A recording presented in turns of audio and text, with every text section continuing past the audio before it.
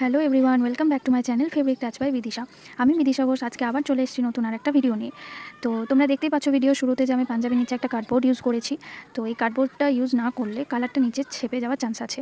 তোমরা যারা প্রথম এরকম ধরনের কোনো কাজ করছো অবশ্যই কাপড়টার নিচে মানে পাঞ্জাবি হোক বা কুর্তি হোক বা ব্লাউজ হোক যে কোনো কিছুর ওপর যখন কাজ করবে অবশ্যই নিচে একটা পেপার বা প্যাকেট বা এরকম আমি যেরকম কার্ডবোর্ড ইউজ করেছি এরকম কার্ডবোর্ড তোমরা ইউজ করবে, অবশ্যই ইউজ করবে। আর আজকে সারাদিন মানে নিজের কিছু পার্সোনাল কাজে ব্যস্ত থাকার জন্য আমি আজকে পুরো লুকটা নিয়ে ভিডিও বানাতে পারিনি। আমি জাস্ট বাঁ সাইডে চেস্টের দিকে একটা কলকা করেছি, জাস্ট খুবই ইজি একটা নর্মাল কলকা করেছি। সেই কলকার ডিজাইনটা নিয়ে তোমাদের কাছে চলে এসেছি। আশা করি কারোর বুঝতে কোনো প্রবলেম হবে না। যারা নিউ ইউটিউবে এরকম ধরনের কোনো ভিডিও দেখছো বা ভিডিও দেখে পাঞ্জাবি বানানোর চেষ্টা করছো তাদের কোনো রকম কোনো প্রবলেম হবে না, কারণ আমি খুব ক্লিয়ারলি ডিজাইনটা বোঝানোর চেষ্টা করেছি। আর পুরো পাঞ্জাবি লুকটা নিয়ে আমি অন্য আরেকটা ভিডিও বানাবো, সেই ভিডিওটা নেক্সট ভিডিওতে আসবে। তোমরা সেই নেক্সট ভিডিওতে পুরো পাঞ্জাবি টিউটোরিয়াল ভিডিওটা দেখার জন্য চ্যানেলটাকে অবশ্যই সাবস্ক্রাইব করে দাও, যাতে নেক্সট ভিডিওটা এলে তোমরা দেখতে পাও। আর এই ছোট্ট নর্মাল যে কলকাটা আমি তৈরি করেছি এটা কেমন হয়েছে সেটা তোমরা অবশ্যই কমেন্ট করে জানাবে, কমেন্ট করে জানাতে ভুলো না। চ্যানেলটাকে অবশ্যই সাবস্ক্রাইব করে দিও, যারা নতুন দেখছো তারাও জানিও কেমন লাগছে।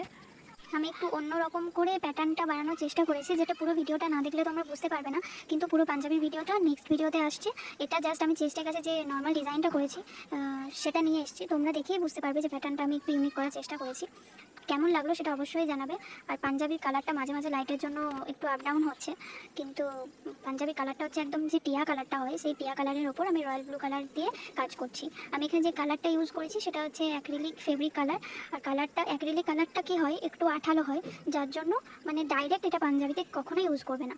পাঞ্জাবিতে বা কোনো ব্লাউজে বা শাড়িতে যে কোনো জায়গায় যখন পেন্ট করবে অ্যাক্রিলিক কালারটা, তার আগে কালারটা করার আগে এর সঙ্গে মিডিয়াম মিশিয়ে নেবে। আমি পরে কোনো একদিন কোনো একটা ভিডিওতে দেখাবো কি মিডিয়াম ইউজ করি। আর মিডিয়ামটা খুবই অল্প পরিমাণে ব্যবহার করতে হয়, কারণ খুব পাতলা হয়ে গেলে না মানে ছেপে যায় একটু, ওই জন্য খুব অল্প পরিমাণে মিডিয়ামটা দিলে কালারটা একটু লুজ হয়ে যায় আর গ্লেজও আসে প্লাস স্টে করে।